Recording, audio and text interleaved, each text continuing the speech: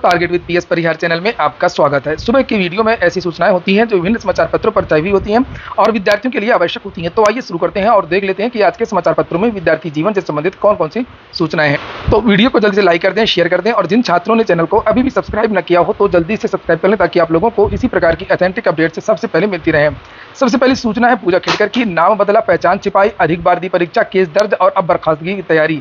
UPSC की नाक के नीचे हुआ सारा खेल, विवाद बढ़ा तो हुई कार्रवाई। तो ये कार्रवाई पहले क्यों नहीं हुई, किस तरीके से ऐसे लोग चयनित हो गए, ये सोचने वाली बात है। जब हंगामा हुआ तब कार्रवाई हुई। ऐसे बहुत सारे लोगों के और भी नाम आ रहे हैं। और फिलहाल यहाँ पर लिखा है कि प्रशिक्षु आईएएस अफसर पूजा खेड़कर ने देश की सबसे बड़ी और कठिन परीक्षा में धोखाधड़ी कर लोक सेवा आयोग की विश्वसनीयता तार तार कर दी है। सिविल सेवा परीक्षा देने की स्वीकार्य सीमा खत्म हो गई तो पूजा ने पहचान छिपाते हुए न सिर्फ अपने बल्कि माता पिता के नाम में भी बदलाव किया। जन्म तिथि बदलने के साथ अन्य सभी प्रमाण पत्रों में भी बदलाव किया। दिव्यांगता प्रमाण पत्र हासिल कर यूपीएससी परीक्षा में चयनित हो गई। आश्चर्य की बात यह है कि सब कुछ यूपीएससी की नाक के नीचे हुआ और उसे भनक तक नहीं लगी। मामला खुलने पर यूपीएससी ने पूजा के खिलाफ सिविल सेवा परीक्षा में फर्जीवाड़ा करने के आरोप में एफआईआर दर्ज कराया है। साथ ही पूजा को कारण बताओ नोटिस जारी कर पूछा है कि सिविल सेवा परीक्षा 2022 के लिए उनकी उम्मीदवारी क्यों न रद्द किया जाए। तो जब वहीं पर जहां पर ट्रेनिंग कर रही थी, जब वहीं पर हंगामा हुआ तो वहीं के अधिकारियों ने जब एक्शन लिया, जब ऑफिस की मांग हो रही थी और गाड़ी की मांग हो रही थी, बहुत सारी सुविधाओं की मांग हो रही थी, जब वो अपने ही अधिकारियों से भिड़ गई तब अधिकारियों ने कार्रवाई की, तब मामला यहां तक पहुंचा। और ये जो मामला है वो पहले से ही यूपीएससी को चेक करना चाहिए था, चाहे वो दिव्यांगता वाला मामला हो, चाहे वो नाम बदलने वाला मामला हो, चाहे वो ओबीसी आरक्षण वाला मामला हो। और बहुत सारी बदलाव इसने किए थे, चाहे वो माता पिता के नाम में फेरबदल, अपने नाम में फेरबदल, एज में फेरबदल। फिलहाल नोटिस जारी की है, कल मैंने इसको लेकर के वीडियो भी बनाया था। और सोशल मीडिया के रडार में और भी बहुत सारे ऐसे आईएएस के नाम वायरल हो रहे हैं जिन पर ये आरोप लगाए जा रहे हैं कि इन्होंने फर्जी दिव्यांग सर्टिफिकेट का यूज़ किया, इन्होंने फर्जी ओबीसी नॉन क्रीमी लेयर का सर्टिफिकेट यूज़ किया है। और अगली जो सूचना है वो माइक्रोसॉफ्ट का सर्वर ठप, हजारों उड़ानें थमी, ऑनलाइन सेवाओं पर भी असर, भारत समेत दुनिया में उथल पुथल, विंडोज ऑपरेटिंग सिस्टम का एंटीवायरस ही बन गया वायरस। माइक्रोसॉफ्ट के कंप्यूटर सॉफ्टवेयर के अपडेट में आई तकनीकी खामी ने पूरी दुनिया में उथल पुथल मचा दी है। लाखों कंप्यूटर अचानक ठप हो गए हैं जिससे हजारों उड़ानें रद्द या देर से चली हैं।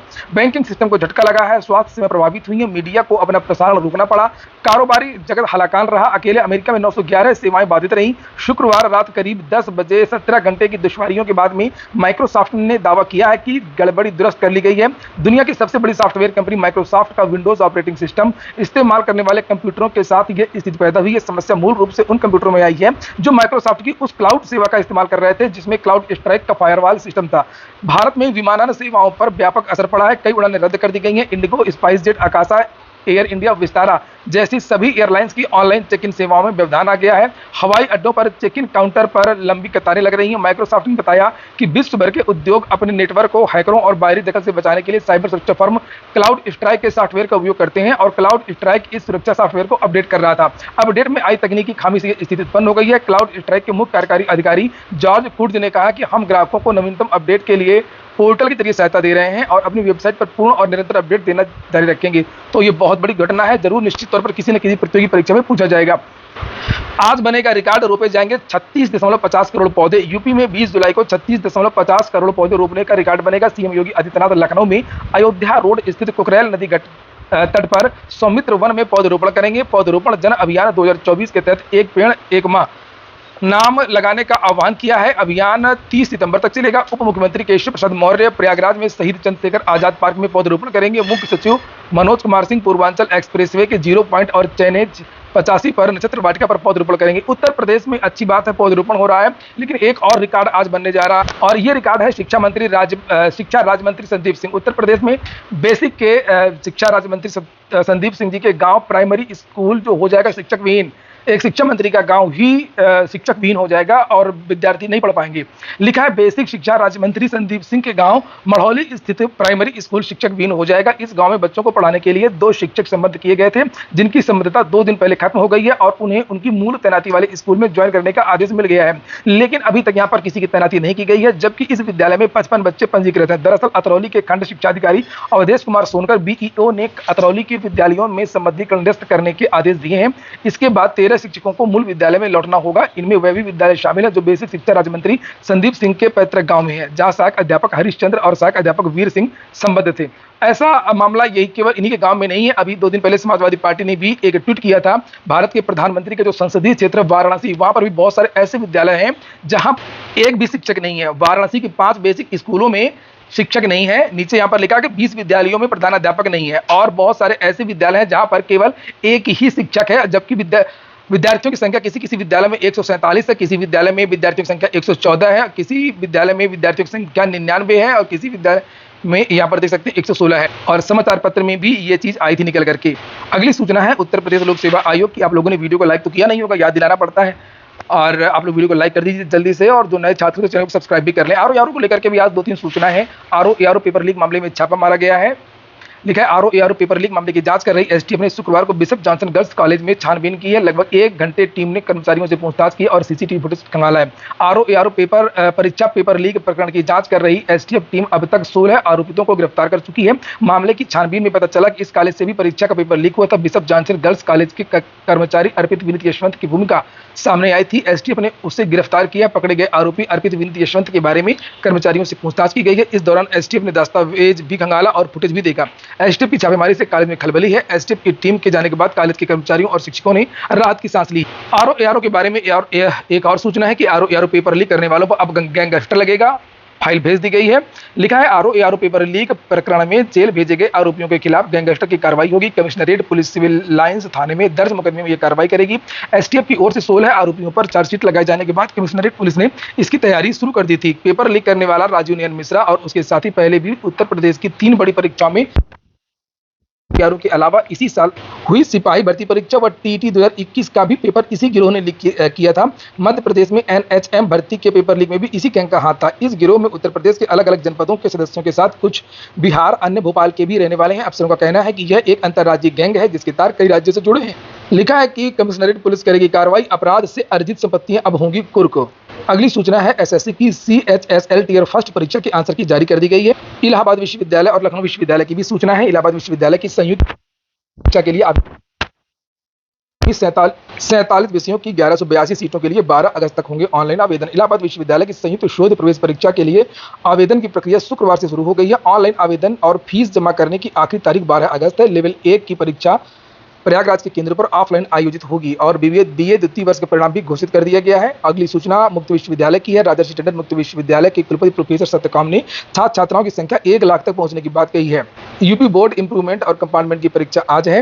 डीएलएड प्रथम एवं तृतीय सेमेस्टर परीक्षा वर्ष 2024 आयोजित किए जाने हेतु परीक्षा केंद्रों की सूची उपलब्ध कराने के संबंध में तो यहाँ पर तारीख बताई गई है कि प्रथम सेमेस्टर की जो परीक्षा वो 8 तारीख से लेकर के 10 अगस्त तक होगी, और इसी तरीके से डीएलएड बीटीसी यानी तृतीय सेमेस्टर की जो परीक्षा है वो 12 अगस्त से लेकर के 14 अगस्त तक होगी। पेपर में भी इसको लेकर के जानकारी दी गई है। डीएलएड ये देखिए पूर्व में बीटीसी के प्रथम सेमेस्टर की परीक्षा 8 से 10 अगस्त तक, जबकि तृतीय सेमेस्टर की परीक्षा 12 से 14 अगस्त तक होगी। सचिव परीक्षा नियामक प्राधिकारी कार्यालय अनिल भूषण चतुर्वेदी ने सभी डेट प्राचार्यों और जिला विद्यालय निरीक्षकों को केंद्र निर्धारण के संबंध में निर्देश भेजे हैं। बीए एलएलबी में बढ़ेंगी 60 सीटें और एलएलएम की भी होगी पढ़ाई। विधि की पढ़ाई करने के लिए अच्छी खबर है। ईश्वर शरण डिग्री कॉलेज शैक्षिक सत्र 2025-26 से बीए एलएलबी का 5 ईयर का एक और सेक्शन शुरू होगा, यानी 60 और सीटों पर प्रवेश किया जाएगा। बीपीएससी की भी सूचनाएं हैं।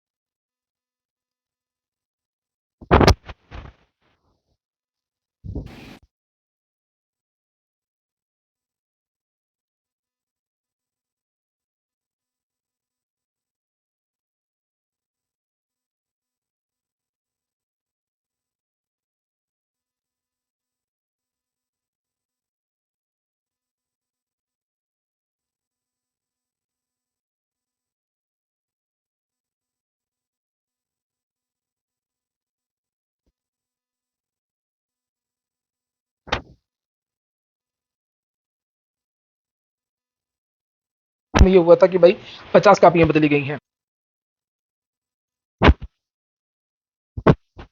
स्नातक स्तर के अलग अलग पाठ्यक्रमों में प्रवेश परीक्षा का आयोजन होगा। 24 अंत में एक और सूचना है, वो है यूपी ट्रिपल एससी की। यूपी ट्रिपल एससी के विद्यार्थियों ने मेरे पास भेजा है। उत्तर प्रदेश अधीनस्थ सेवा चयन आयोग मुख्य सेविका डीवी परिणाम जारी करो। 3 साल से अधिक समय परंतु भर्ती की प्रक्रिया पूरी नहीं। 22 जुलाई आयोग चलो निवेदक समस्त मुख्य सेविका अभ्यर्थी। 22 तारीख को मुख्य सेविका की जो छात्राएं वो तो जा ही रही हैं और कुछ अन्य भर्तियों के छात्र भी लखनऊ पहुंच रहे हैं। तो ये हो गया आज का वीडियो आपको अच्छा लगा हो, आपके काम को तो लाइक अवश्य कर दें। जिन छात्रों ने चैनल को सब्सक्राइब ना किया हो सब्सक्राइब कर लें। पूरा वीडियो सुनने के लिए बहुत बहुत धन्यवाद।